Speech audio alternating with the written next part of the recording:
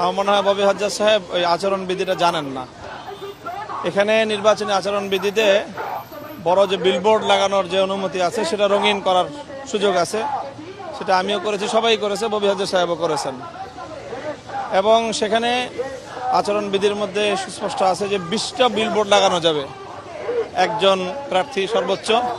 তো আমরা 20টা বিলবোর্ডই লাগিয়েছি। একটা বিলবোর্ড যদি কেউ বেশি প্রমাণ করতে পারে আমি আমার সব বিলবোর্ড নামায় ফেলবো।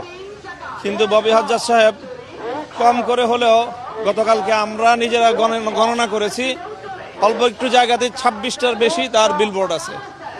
এবং আমার ধারণা যে 50 ঊর্ধ্ব বিলবোর্ড সে ইতিমধ্যে লাগিয়ে সেরেছে এবং সেই কাজটা করেছে প্রকাশ্যে আচরণবিধি লঙ্ঘন করার ঘোষণা দিয়ে, যে সে এখন আর আচরণবিধি মানবে না।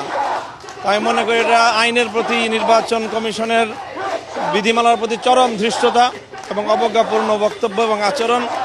নির্বাচন কমিশন এখন কি করবে সেটা দেখা।